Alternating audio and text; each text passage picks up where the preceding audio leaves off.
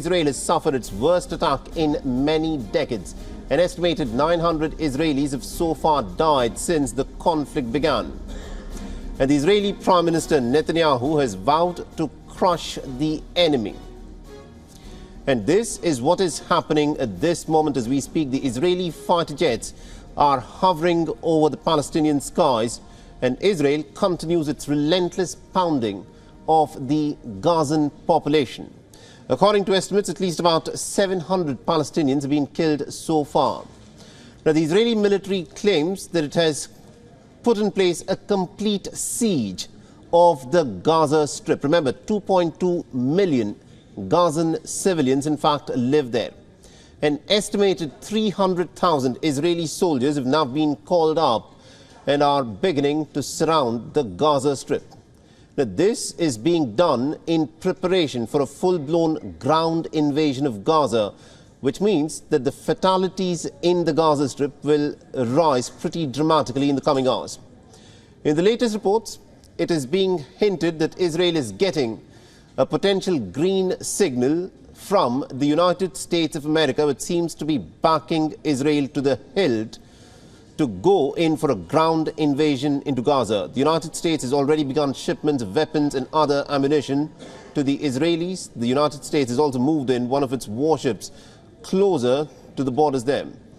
Now, the Israeli Prime Minister Benjamin Netanyahu reportedly has told the American President Joe Biden that they have no choice, that is, the Israelis have no choice but to unleash a ground operation in Gaza, which means that the number of fatalities will rise dramatically. A ground invasion would effectively mean street fighting on the streets of Gaza.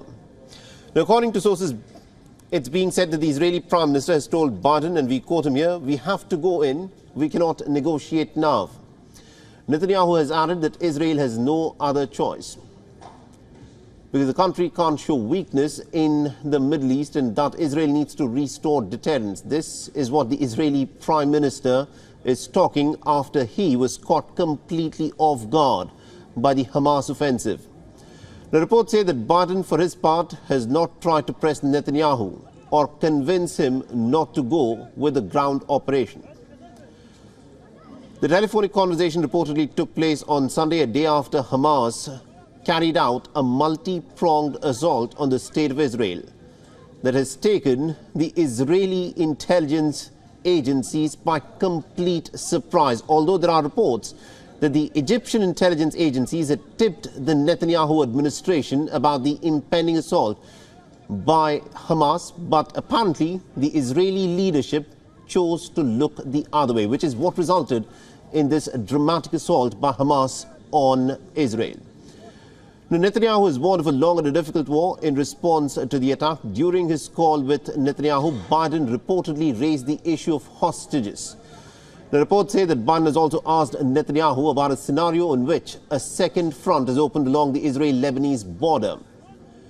A green signal from the United States is crucial in deciding the course of the war, because remember, although Israel is a nation that is going to act on its own, the American support is going to be critical in what the United States has a lot of bearing on what happens in Gaza at this moment.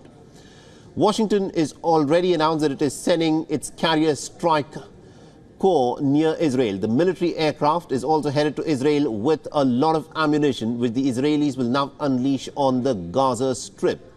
So the Israelis will be firing the ammunition, but it is essentially ammunition that is made in America. At this moment, the Americans have not specified about the number and the type of the ammunition that will be given to the Israelis for it to be used on the Gazan population. The White House maintains that it won't send its troops into Israel, but Israel on its own has amassed more than 300,000 of its own troops. Meanwhile, the American stocks have largely shrugged off any concerns from the Israel-Hamas war. The Dow Jones Industrial Average ended Monday's session up by nearly about 200 points. And the Standard & Poor's 500 index climbed up by about 0.6%. Energy stocks rallied on the back of a 4% jump in oil prices. The defense companies also did pretty well at the bourses. The shares of the U.S. Aerospace and Defense ETF jumped up by 4.5%, with Northrop Grumman surging by 11%.